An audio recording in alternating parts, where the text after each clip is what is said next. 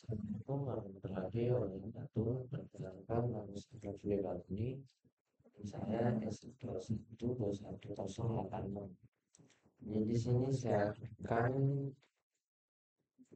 mengerjakan tugas saya berjudul Object Oriented Programming dengan Python. Nah, di sini tentu saja kita mulai. Di sini saya akan menjelaskan beberapa topik yang ada di ya, itu introduction, OOP motivation, class dan object, dan operator dan overloading. Itu iterator for class, inheritance, struct classes, namespaces, dan shallow versus deep copying. Nah, saja di sini kita bagian introduction itu OOP atau object oriented programming. Nah, di sini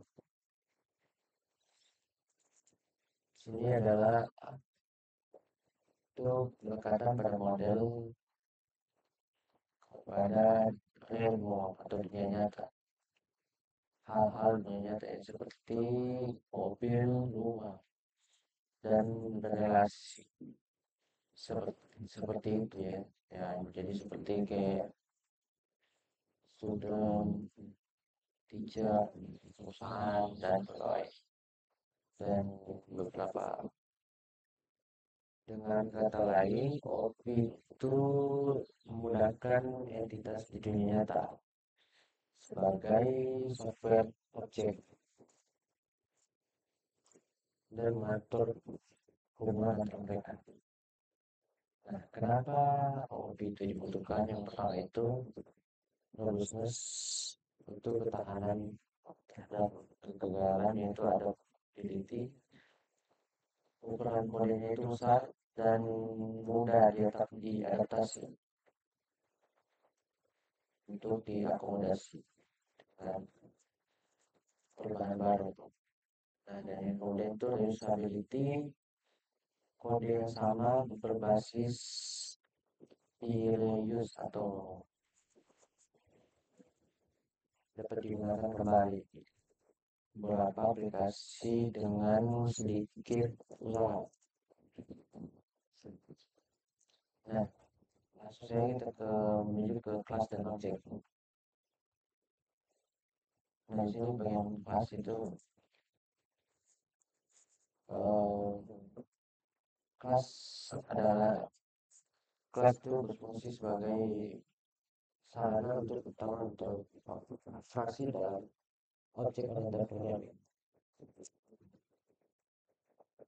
Kelas itu konsisten mengikuti dua komponen, yang pertama itu metode dan atribut. Metode itu fungsi atau anggota, dan atribut itu adalah member data, kolom, atau beberapa variabel instan. Ya, di sini kenapa kelas harus menyediakan, kenapa kelas harus disediakan, yaitu karena dia itu encapsulation, dan dia itu bisa error checking dan kode untuk men-testing beberapa kelas di metode. Nah, di sini ada contoh dari kelas dan objek.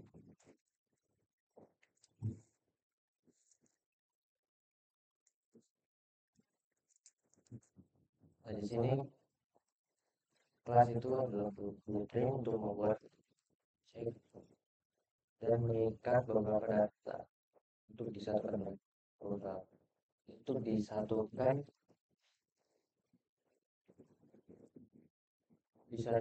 metodenya secara bersamaan. Nah, dan di bagian sini itu Python itu tidak mendukung support akses formal ya. Dan di bagian sini kita bisa lihat kodenya itu. langsung saja kita coba play.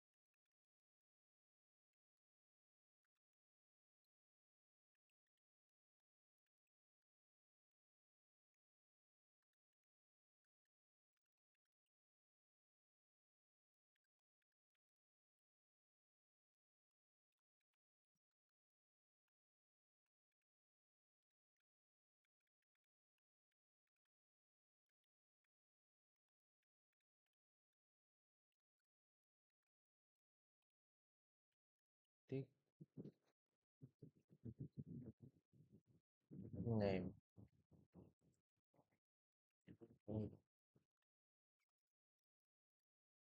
Di sini kita bisa lihat bagian sini kita sudah mengambil objek use love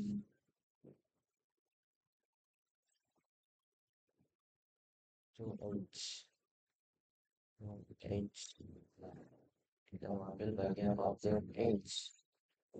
Kemudian terakhir itu kita ambil bagian objek gender. Nah, kita sudah mengambil bagian gender.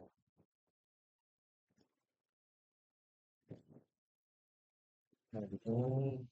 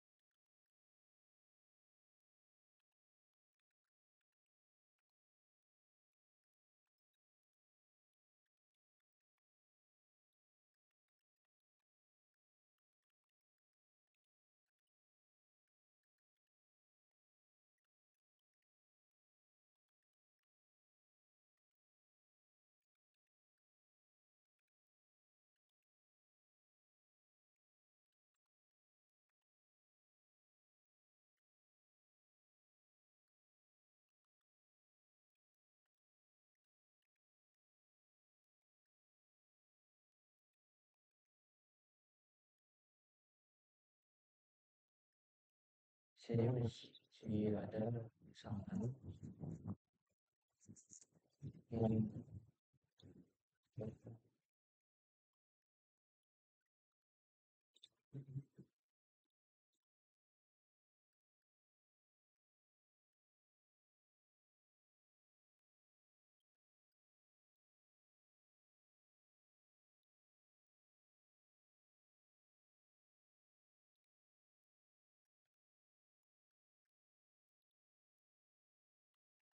spasi ternyata jalankan kode ya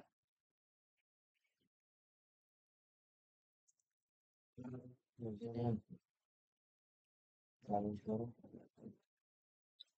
mana mana nih jangan masih tiga jadi sekarang saya live. Nah, tadi itu adalah kelas dan objek. Ini di bagian inheritance itu akan lanjutkan inheritance itu itu inheritance adalah cara alami untuk mengatur baik komponen struktur suatu paket perangkat adalah secara hierarki. Fungsi abstrak yang serupa dikelompokkan bersama beserta tingkatan dan abstraksi berubah dari yang spesifik lebih umum sering soal manusia hierarki. Perwarisan memungkinkan kelas baru yang bersubstansi atau subkelas kelas yang kan didefinisikan berdasarkan kelas yang ada atau kelas dasar atau kelas induk. Dan berapa kode di sini? Ini ya abstrak kelas itu abstrak kelas dapat dianggap sebagai cetak biru atau template untuk kelas lain. Dan abstrak kelas berisi satu metode atau beberapa metode abstrak. Nah, abstrak metode itu dideklarasikan tapi tidak diimplementasikan.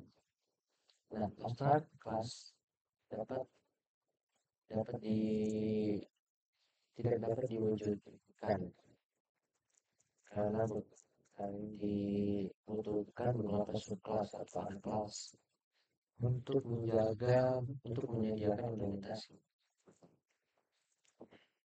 Dan abstrak kelas diperlukan untuk menyediakan abstraksi atau antarmuka disediakan oleh API sambil menyembunyikan implementasi yang mendasarinya.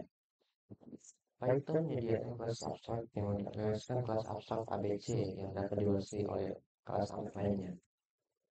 Nah, ini adalah contoh-contoh dari kelas abstrak. GetBank atau get account itu adalah sebuah fungsi untuk dideklarasikan.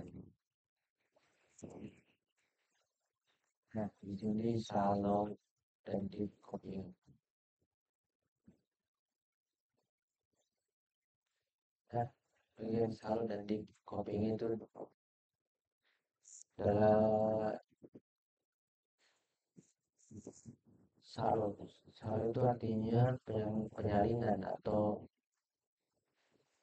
penyalinan dalam terangkat beberapa metode untuk mengcopy data itu alias dan salinan dalam. Sedangkan untuk salinan dalam, sini ada beberapa contohnya itu perumpamaan data. Sini bisa lihat. Compare. Sini dirumuskan list dari data kolom. Nah, di sini jika palet diubah, warna hana juga akan berubah. Keduanya berbagi lokasi warna yang sama. Nah, sini yang terakhir. Nah, itu saja saja penjelasan saya mengenai kopi atau Object Oriented Programming. Mohon maaf bila ada salah kata. Sekian dan terima kasih. Wassalamualaikum warahmatullahi wabarakatuh.